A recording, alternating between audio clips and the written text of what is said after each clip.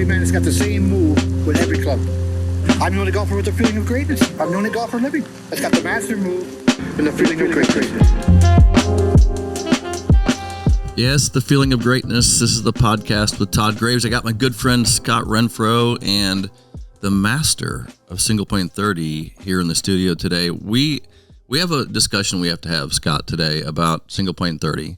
Okay. Because this is third month, right? Of the program. We are in our third month. We have now run just over 400 of our golfers through this program. 400 people through single point 30. So what we need to discuss today is, I think the discussion of single point 30 today will be, if people will listen to this podcast and listen to this information we're going to give them today, we'll take our advice of single point 30 and what the program is actually designed to do and how it's designed and what we've put together with that could be the most transformational thing they can do for their golf game going forward. And I say that with some gravity because I don't think we've ever designed at Graves Golf a better, more powerful program than single point 30 for learning, developing, and maintaining all those three things, your golf swing. So I wanted to bring you in the studio today, and just because you're the main designer of the program and we've worked diligently to develop this thing out to be the correct program for achieving just those things. You've seen the people that have gone through it. We had another show last night. You talk to these people every single week that are going through it. Explain to them exactly. Let's talk to people. What is single point 30? What is the program? Why is it different? What is the program? Let's just go there first. Okay. So single point 30, it's very unique in the industry. It's unique to Graves Golf. Obviously, it's something we've never really put together before in our history, but it's very unique in the industry in that it completely, not even going to compare to what things are out there because everybody knows what's out there. The 5-minute slice fix. Single point 30, the program is designed it's designed the way we as humans learn any skill any skill that we want to be good at. I think like in one of our webinars we talked about, it's like learning how to dance or learning how to play the piano. And the program is designed that we learn things in the correct order and we focus on things in the correct order in order to build a physical skill, an athletic skill, a movement of our body. So the program, in 30 days, we start out with our address and a grip. It is our foundational instruction that puts our bodies into position to be able to move correctly. And that's for a lot of our golfers. Like I said, we're over 400 golfers now, and a lot of our golfers have been with us for years. And the comments that we're getting back is like they're blown away. I mean, guys that have spent tens of thousands of dollars with us are like, this $297 is the best I've ever spent because it's keeping me focused. So let me get back. What does the program do? So the first week we're walking people through how to build the foundation, how to position the body to be able to move correctly, and then start moving the body correctly. And then for every week, then we build on that. We're building on that. So we address and grip, working on how to position the body to get the club to move correctly. And then, so we're building the positions of our golf swing. Progressive training. It's progressive training. And this is where I think, all golf instruction's gone wrong. Absolutely. I couldn't agree because in my experience now, teaching for over 24 years with Graves Golf, thousands of golfers, watching people have success and some not have success. I've seen it all. And the people that do have success will have worked themselves through, whether they did it by themselves, a progressive way of learning the swing. Because you're not going to, let's put it this way, you're not going to have a great golf swing, a great single point swing with a crappy address and grip position. Nope. There's no way to do it. Well, you can't have a consistent golf swing. No, you can't. It's consistency, but I mean, everything goes together. Right. Just like speed. Speed goes with good technique, right? And so, all these things have to work together. Consistency, speed, technique, all those things are part of progressing yourself with good mechanics. And I've said it, and I said it when we did the single plane 30, when we launched it. I said, the beauty of it is this: when it comes to ball striking, it's not always about how great you hit it. It's about how good your bad shots are. Yeah. And that's what good golf swings do, is they're good when they're not good. And you hit good shots even when you make bad swings, because you can't really make a bad swing because you got to, and so this is where this program is so powerful for me. But it's derived a lot from our 4D training. From biomechanics training, yes. Because this is where, this was the evolution of, look, we have a 4D system that we put people in, we can measure and quantify their movements. But if you don't have a 4D system on, how do you actually do that? Well, this type of program progresses you through everything I would teach you in a 4D system, monitoring you in the correct order, progressing you through address and grip, then into the backswing, then downswing, through swing, and learning the positions of the swing before you get into the sequencing of the swing. Because if you can't hit the positions of the golf swing, just follow me on this, and this is where the powerful training gets really highlighted.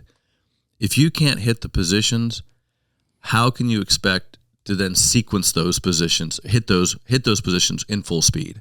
Right. So if you haven't figured out how to make a good on plane backswing in slow motion position training, you're not going to do it. But when we add speed to it, and that's really what it's all about. So what you do is, if you're going to progressively train, you learn those positions. Where does the body need to go? How does it feel? You repetitions. Repetitions is a big part of single plane 30. Huge part of it. And then, when you finally realize, and we've had, give us some examples of some of the things that people are saying about single plane 30, because you've talked to a lot of the guys that are going through it. Well, I'll go to, we've got a student from New Mexico. He's actually one of our level 4 elite customers. Very, very invested in in his own improvement. Been with us for 4 years, and has done multiple golf schools. But I mean, he's completely bought in, 100% burned the boats, and he goes through this program last month. And at the end of the program, his comment was, and I think I mentioned it a little bit earlier, he said, this is the best training that I've ever done in the single plane swing. Because, and he didn't it just wasn't he said, because it keeps me focused on what I should be doing every single day. Yeah. Every single day, I know exactly what I should be doing. Yeah. And then, it gives me a very clear formula to follow. The clarity of the program from the golfer's perspective, and this is the common thread that I hear when talking to those who've gone through the program, is it's the clarity of it. This is, I've got to do this. I've got, today's this week I'm focusing on this. Next week, okay, now I'm focusing on this. So the clarity of it, there's no guesswork. And as a golfer who's worked through this stuff myself personally, that clarity, that direction, is key. Yeah. Because so much of what most of us go through in learning golf is we just we basically spend all of our time guessing. Yeah. I had a Zoom call with my with the current group yesterday afternoon late, and one customer's like, he said, he said, I thought I had a pretty good address until I did this. Yeah. So again, they don't, it just keeps you focused on the important things. It's so fundamental. It is. It's so fundamental. It's you brought it. You mentioned when we started the podcast, you said this was the program was great for learning, developing, and then maintaining. And I think those three things. Yeah. For learning the swing, if you're for learning the swing, short of coming to a golf school, short of hiring an instructor to walk you through this, it's by far the easiest way to learn. Well, think about something. So like there's guys that right now that I teach, that I've been teaching for 10, 15 years. Right. What do I teach them? The single plane, the stuff that I teach them the same thing I taught them year one. Correct. It's just a reinforcement of what they, it's a reinforcement of the fundamental stuff where they're at. But there's no way I could teach them and not look at their address and grip, Nope. check their positions out. And then so you get this order of, we talk about model, order, measure. You get Right. this, you're matching the model. Where do you need to be focusing your attention? For example, I just left California where I was teaching out there, and one of the guys I teach out there always tends to get his lead hand too weak, and then the face gets open. And so it's an address and grip issue, and then it kind of goes into an open face, and then he starts hooking the ball. And so here you go. Like, you don't just say, okay, well, let's try to not hook the golf ball. You fix the grip at address. You fix the hand position, which then adjusts his hand position and his address position. And then he starts getting the face. Then he hooks it worse at first, which is interesting. Then he learns to get the impact a little better, and then he stops hooking it. It's dead straight. So it's just this progression that people have to understand. What I always tell people about single point 30, here's what it's not. It's easier to kind of explain what it's not. Right. It's not a quick fix program. No. Right. This is a building, developing, maintaining program. I want people that have been through single point 30 to keep going through it. And that's it's an interesting thing, because the folks who have gone through it, the people who have completed the program, are now asking me, "Hey, can you reset it for me so I can do it again?" Yeah. So because they are now seeing the value of this is it. This is how we build. This is how we develop, and this is how we maintain. Yeah. And constantly stay on a trajectory towards better ball, more consistent. The consistent ball striking and the consistency we all want. Yeah. This is how we stay on that trajectory. What's interesting though, if I look at my progression as a guy building my golf swing, over the years, and it happened very much like this progression, because I had, I really didn't have an instructor other than Mo, and I've always said it. Mo wasn't sitting there teaching me the golf swing. I was learning from Mo.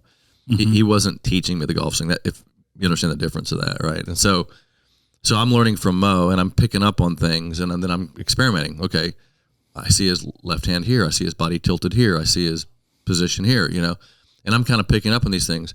But it's really interesting as I started developing and I started seeing my swing progress and get better, is I could start, and we've heard this in the program, I could do things in my ball striking that I could never do before. Right. We've heard that from numerous single point 30 participants saying, now I can do things I couldn't do before. That's because you're hitting positions that you've never hit before, which means the club is doing things it's never done before, which means you're impacting the ball differently than you've impacted before. So it progresses through that. And until you've been through it, until you've actually done it, you don't know how powerful it really is. Right. No, it's because you're guessing. Yes. You're doing what 99% of golfers out there do, is just guess at it. I'm slicing the golf ball, so let me go find a fix for the slice. Well, the fix for the slice is just good mechanics. And that's what this program is helping us build. And it's why it's not a one-time thing, and there's really no, it's just for this golfer. It's just for this golfer that's getting started. Really, it's not. It's for any single plane golfer, anybody wanting to be great with a single plane. Like you mentioned a minute ago, our longtime students who have been with us for years are going through it. Yeah. And they're having a lot of success with it. And part of is that because, okay, so just so you know, when we set the program up, the first month we released a week at a time. Yes, we did. I remember that. And so what happens is when you release the week training, everybody looks at the whole week training and does the last day. Yes. So we learned really quickly, and it was requested because we did a Zoom call. We do Zoom calls with you guys when you're in single point 30. Yeah. And we did a Zoom call, and one of the students says, "Hey, we only release the day we're training. That way we don't get ahead of ourselves."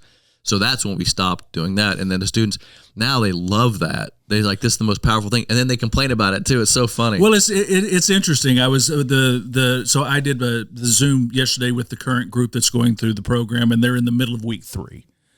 And so, they're 20 days through it. They've got about 10 days left in their first 30 day, in this to get through the program. And I was giving them a hard time. I was because you guys were all complaining in week 1. They're like, "Oh, why do we got to do this same thing? There's nothing new. There's nothing new today." This is all, and it's a pattern now. In week 1, we're working on address position, address grip, and getting the first movement of the body, getting the club to move. And they're like, we did this yesterday. Yeah. We did this yesterday. And then now 20 days into it, they're like, I get it now. I get it now. Yeah. If they make it that far, yeah. Right, because it is the repetition. Yeah. It's the repetition that builds we could go pretty deep here in how we learn, but it is the repetitions that build the movement. It's not the knowledge that builds the movement. So, you said this about Chris here in our office, that success is boring. Success is very boring. Okay. Yeah. Let's just go to that scenario because anybody who's been successful at building a swing has done the same thing over and over again. Yes, absolutely. Okay. It's boring as hell. It's just reps with the same thing over again. It's not like you're, reinventing everything every day and having this hugely exciting experience. Look, I've been through this. Mm-hmm. And like the other day I was in California and I was working in the sim bay and I had, I have all the technology in there. Every bit of technology is in there. And I don't have it on. I didn't turn any of it on. I'm just pulling a ball. I got something I'm working on. Wham, hit a ball. Mm-hmm. I pull a ball. Wham, hit another one, pull a ball. And I'm doing this for like 30 minutes. And one of the guys walks over and goes, "You're not even going to turn this thing on?" I'm like, "Why? I don't give a shit. I'm just here to get reps on what I'm feeling in my backswing right now. I want reps. I want to get this because to be honest with you, one would feel a little different than another. And I couldn't focus on the feeling. Like I couldn't focus on the feeling if I kept worrying about the sim ball flying out there in the range, right? Right. And because that's super distracting. Like once I turn that thing on, man, I'm watching the thing fly. And so I'm focused on that feeling. And the club went, that felt, man. And there was times where I'd hit the position like, man, that was it. Grab a ball real quick, try to hit that same position. It was just doing reps and reps and reps on one freaking thing in my backswing. Well, that's why I'm good because I can do the most boring, mundane thing and focus on one movement over and over and over and over again to get it. And look, if you're watching a video and you're watching me swing, you're like, they all look the same. They did. They all look exactly the same in the video. Right. They didn't all feel the same. They didn't all feel the same. I was getting little different feelings, and I was getting that, and I was just triggering. I was focusing my attention on the little feelings I was getting, and the reps of that just over. And once I got that feeling, it was like, just let me get like 1,000 reps of that feeling, Mm-hmm. And gosh, that takes so much discipline. And so what we're doing with Single Point 30 is we're disciplining people. Yeah, it's like the adult. It's like when you were a child. You're doing this because that's what why am I doing this? Because I said so. That's kind of and that's the initial feeling when people start the program. Well, why are we doing the same thing over? Because I said so. And that's but as they get in the program, we're like, okay, I get it now. I get it. Do you think that's our biggest problem is human adults? I think all of us human adults are. That's our problem as a species. So. But that's a different conversation. No, but I mean, it's worthy. It's what this podcast is about. Right. It's like it's really about, God, are we just undisciplined in a way that because we want this quick fix or we want these instant results and we want this instantaneous success, and especially when it comes to golf because it's a fun thing we like to do and we want to just watch the YouTube, watch a video, and go get success. And I tell people.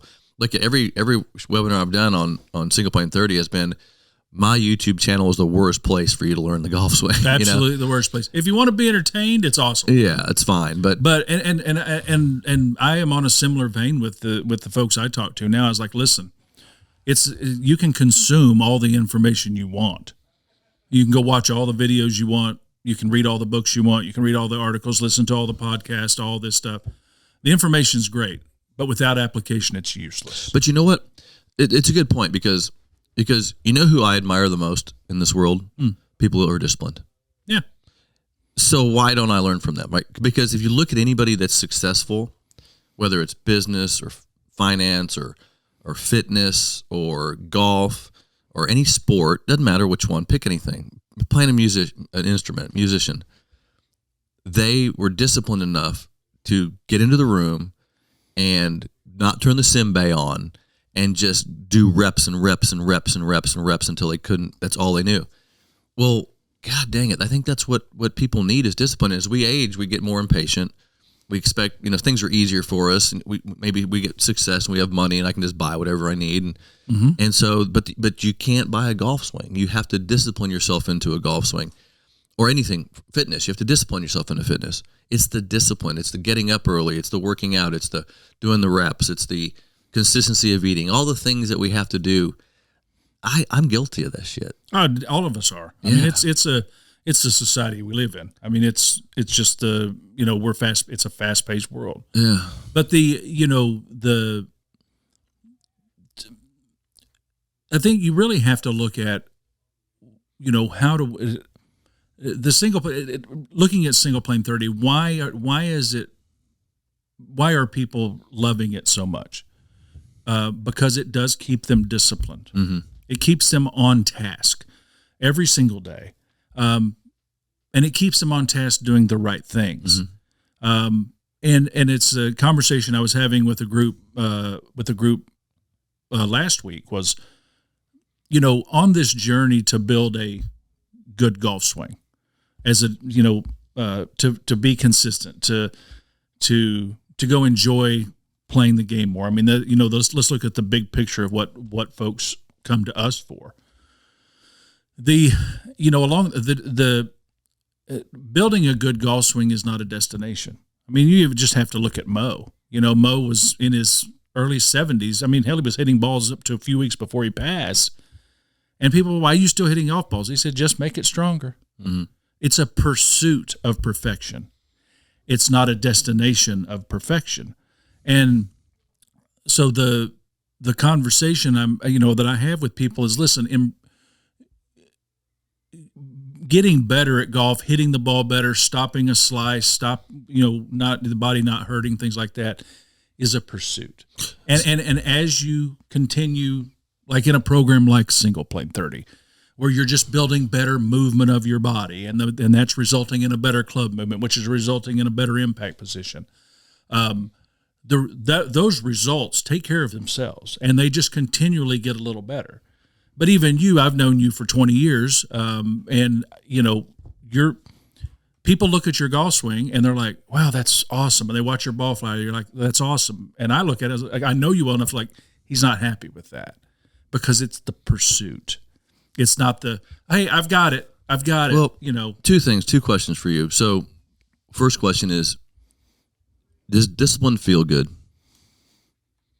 When you're disciplined at something, does it feel good to be disciplined about something? How is that reflective of why you would be disciplined? Because being undisciplined doesn't feel good. No. So to me, I want you to answer that, just that open-ended question. Does discipline feel good? My answer would be yes. Not if, but when that discipline is moving us towards our goal. So let's, so in golf, if I'm going to be disciplined and go through a Single Plane 30 program, if I'm going to give 30 days to this and I'm going to do the work, so my natural expectation is at the end of that 30 days, I'm going to be closer. I'm going to see results that get me closer to my goal, to what it is I want. And that's what we're seeing. That's what we're seeing is, when these guys come out of Single Plane 30, they just follow it. It's tough. It's not tough to follow it, but it takes discipline. It takes discipline. And that's why you said it's tough, because discipline is tough for some people, because it's mundane. It can be mundane and boring. But it's not boring because you're actually doing something. So to me, it's like me hitting balls in that sim the other day, just repeating the same feeling. It wasn't boring to keep repeating the same feeling over and over again, because I was in pursuit of that feeling, right? And I would find it, one of every 3 or 4 swings, and then I would get it twice in a row. Then it was like, mm-hmm. that was it. That was actually really, really enjoyable. It's almost addictive in a way, because I'm just looking at my own reaction to it. It's almost like that was it, and then it was exciting. And it's funny because it's so different than the guy I'm teaching, because he's over there going, why don't you turn the machine on and watch where it's going? And I'm like, because I don't really care where it's going. I care what I feel right now. I care. I told him, I go, this is why I've been successful, because I can focus so heavily on one particular thing for a long period of time. And my brain isn't really wired for that, by the way. I'm a space cadet, right? I'm mm-hmm. everywhere, But when it came to the golf swing, I could do that with the golf swing because I was in pursuit, like you said, of that perfection of that movement. And when I found it, I wanted to keep it. And I think that is a absolute learned skill. It is. It's something I've heard you say it multiple times. It's like, and in our history together of teaching, it's when you get the feeling, when you get it right, that's when you shut out the world and focus.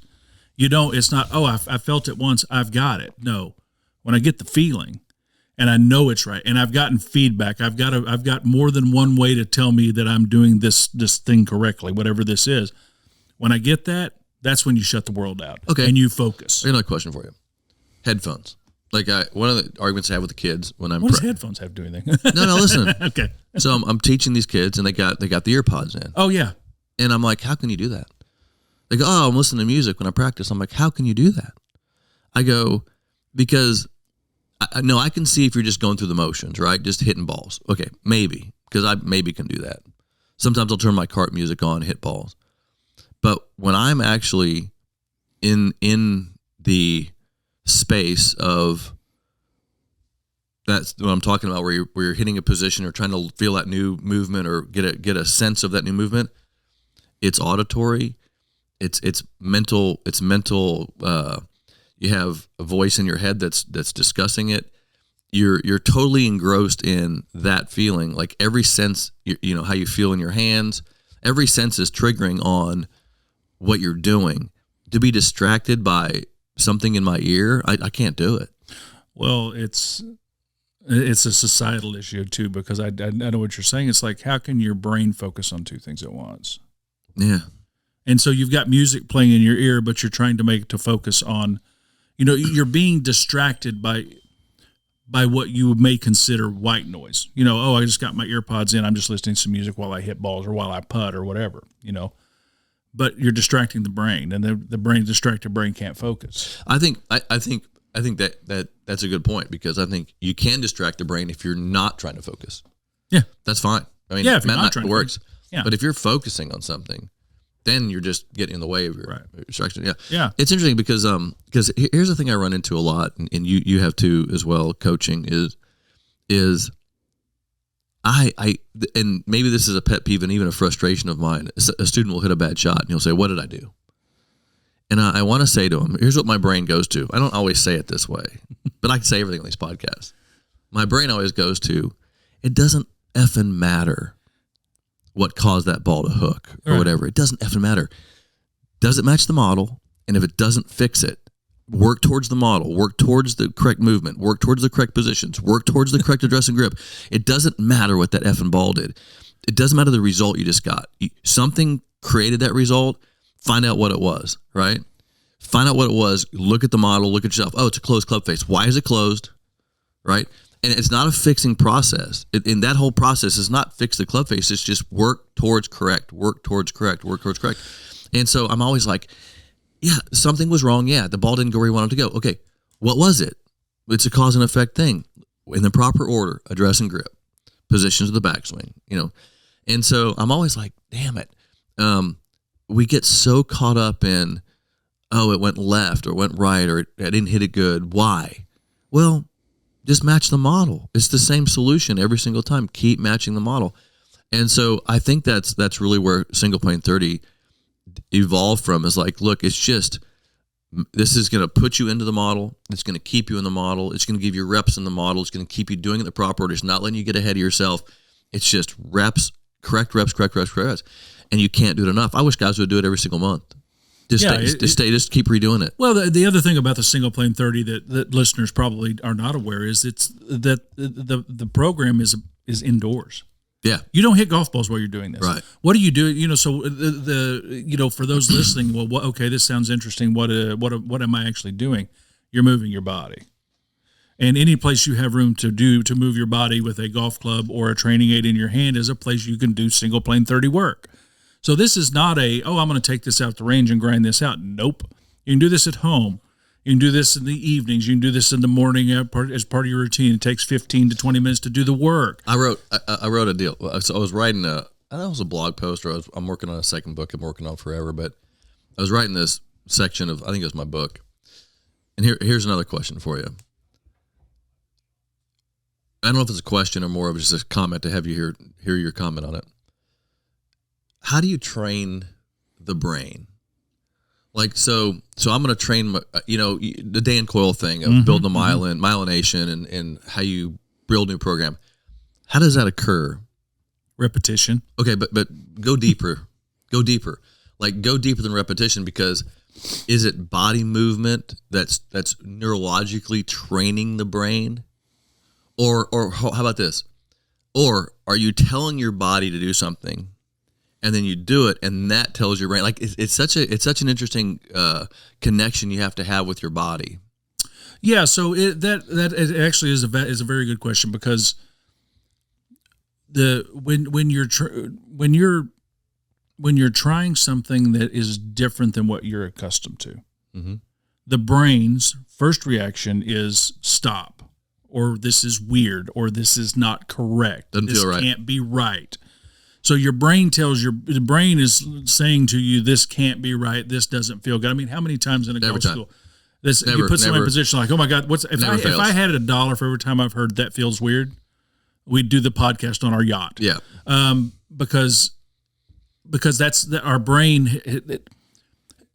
Golfers, and this is not, I mean, obviously in the context of golf, but every golfer out there listening to this has built a habitual swing. Yeah. It's a habit. It's in their brain. It's in their brain. It's wired. So you got to rewire it. And so the when you're trying to build something better, something that you have made a logical decision, this is better. This is going to help me. This is what I want. This is the direction I want to go. So you make that logical decision. You look at single plane swing. You're like, yep, that's the answer I've been looking for. Anyways, make a decision to change. Make a decision, change. Okay, commit to it. Burn the boats. So now, you burn the boats. There we go. So now the change part of it.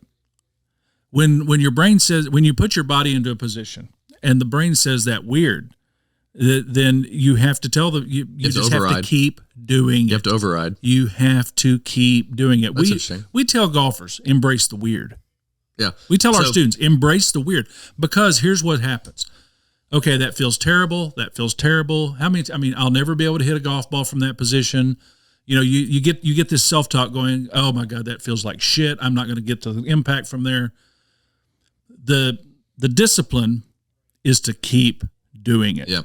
But why do you keep doing it? Because it matches the model. Yeah. See, that's it. It's the override process. It's interesting that this conversation, because what you just referred to was, it feels weird. I've got to override myself because I don't want to feel weird. So, okay, override. I'm going to override this and just. Well, let's talk about the override. Mm-hmm. So what does the override look like in practice?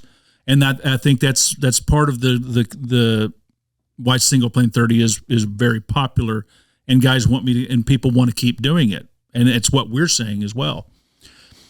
Is because you can see I'm in the correct position. This is where I want to be. You do the repetitions until the brain doesn't tell you that feels weird anymore. Well, that is the point. And I don't have the science to back this up, just the experience. I'm going to embrace the weird until it doesn't feel weird. Yeah. Because when it doesn't feel weird, my brain has now said, okay, I'm good with this. So now my brain is now able to tell my body this is what we do. But have you reinforced the override with the reinforcement, like that matches the model? Yeah. Like, so to me, it looks weird. It feels weird. It can't be right. Oh, but it matches the model. So but it matches the model. There's a reinforcement there. I think it's very important that it gets reinforced. Like, okay, it doesn't make sense to me right now, but that's where it must be done from, right? Correct. Because that's what I've gone through. It's I was going to say you've gone through the same thing. Oh. I probably go through it all the time. I still go through it when I make a little change. Every time I make a change, there's not one change I've ever made that is like, that feels weird, but it's like, wow. But the answer is, does it get me closer to doing the matching the model? Matching the model. It does it make the club move correctly. You know, that's it's all those things. And so the override has to be reinforced. The override needs to be reinforced. It needs to be reinforced through repetition. Right. And that is the discipline. Yeah, exactly. And that's the discipline. That's why single plane 30. You know, the guys, I love our customers, but I've now had 3 groups go through it, 400 people. And in the first, I don't mind telling people, in the first week, you're going to do address grip and position 1 for 6 straight days. Which is nothing, but it's nothing for you and me. But these guys are like, I did this shit yesterday. And I'm like, do you got it? Does it feel good? No, keep doing it. Keep doing it. Because, and the reason we're forcing that discipline is the override. Yeah. Is doing the repetition until the override, to help the override happen. Yeah. Because it's, if you ask me to set up in a 2-plane golf swing, can't do it. That feels weird to me now. Oh, I can do it. I don't know what it is anymore, but I can try. Yeah. Right. So that is the single plane 30. Why is it such a good program? Why is it something every golfer listening to this should be doing?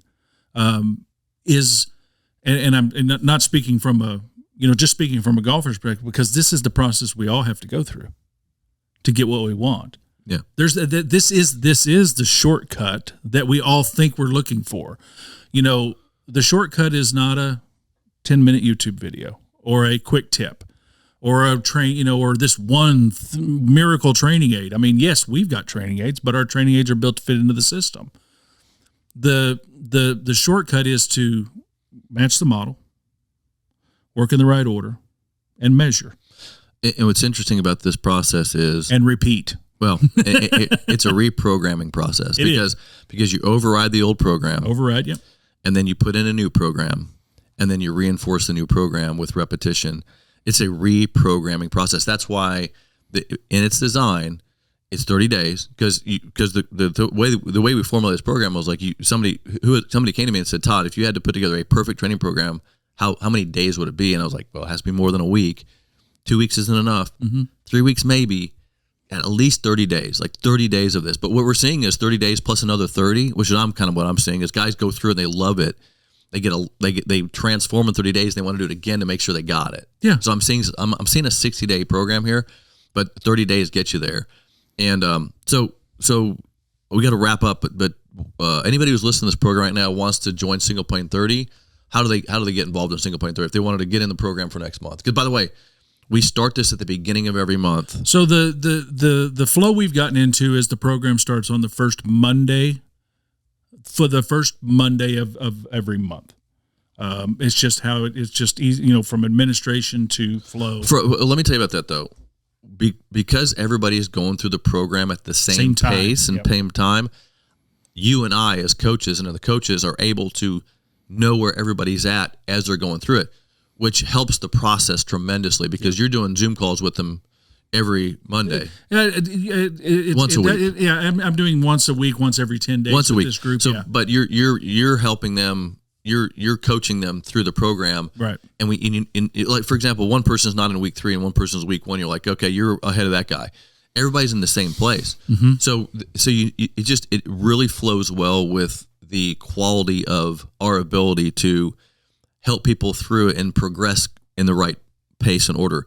Whereas one guy doesn't get ahead of himself. Like if you open the whole program up and one guy's in week 3 and one guy's in week 1, he's like, oh, I've already been through that. No, you didn't go through it enough. You didn't repeat it enough. You didn't give yourself time to learn. By the way, I'll throw a little spin on this before we wrap. You know what one of the most important parts of learning is? Rest and sleep. Mm-hmm. And so what people tend to do a lot of times, and I've seen this and there's science behind this, is they will train too much in a period of time and they never get any of it because here's the problem. Scott, brain needs a break. Your brain needs, but it needs a break, but sleep is how you process the changes. Mm-hmm. And then the next day, okay, so your brain's being changed. Let's just put that out there. If I override your old program and I give you a new program, I just changed your brain. Mm-hmm. And that's what it is, right? Well, I just changed your brain. New cells, new neural pathways. Neural pathways. Okay, great. Well, rest is the way those things wire themselves up. And people don't understand that rest is like the most important part of training. Well, okay, rest and then more training, more direct, perfect focus training, then rest. And so those days that guys are doing the same thing, the rest periods are so wrapped into that. Yeah. If they got ahead of themselves, they never got enough rest and learn. So that's what I'm saying is that the program has a great design and it's correctly designed. It starts off pretty, what you said, pretty disciplined. And then when people start moving more, they get more happy. But right, yeah. but it's funny because it's such an important process for people, and there's science behind it. There's neuroscience behind it. It's just the way it is. I'm sorry that the human brain is designed like it is. Like I apologize for God's design of the brain, but that's just the way it is. It's the way we're built. This way we're built. Unfortunately, we're not in the Matrix. You can't just plug the thing in and upload jujitsu or single plane golf swing. I mean, yeah. So look, if you want to get in next month, look, so here's the way this works. If you want to get in next month single plane 30, you need to contact Scott R at gravesgolf.com. Scott R at gravesgolf.com. There's also, you go to gravesgolf.com/SP/single plane 30. Okay. I'm going to have them just email you. Because, and it's probably easier to email for right now. Right. And we can probably put the link on the podcast. We'll put a link on the podcast. It's a little shorter. But get in. If you miss the month, you got to wait a month, right? Yeah, so you got to get in the next month. So coming up, we got one coming up. Said a week from Monday. A week from Monday, we got one coming up. Right. So 1 week from now. So if people listen to this, I mean, I don't know when this podcast is going to get published, but when people listen to this, they need to get in the program so they don't miss the month because they don't wait 3 days. I mean, you think about it. If you're looking to transform, to get more consistent, to put yourself on the road to that, then if you don't get into the one that starts on April the 1st, you're going to have to wait until May the 6th. You're 60, you're almost, it's on 40 something days. 40 something days away. Yeah. And so, it's like, I mean, I don't know. I'm older now. 40 days is a long time. Oh, well, yeah. No, it's part of the year, right? So right. I want to get training as much as I can. So yes, thank you, Scott, for joining me today on the Feeling Great podcast. Great information. Single plane 30. Great job on the program. It will be our next 10-year or more program for Graves Golf. Yeah. We're going to try to put 100,000 people through single plane 30 in the next few years. So thanks for such a great job. And great thing about it is just going to get better and better. Better and better. Yep. Thank you, Todd.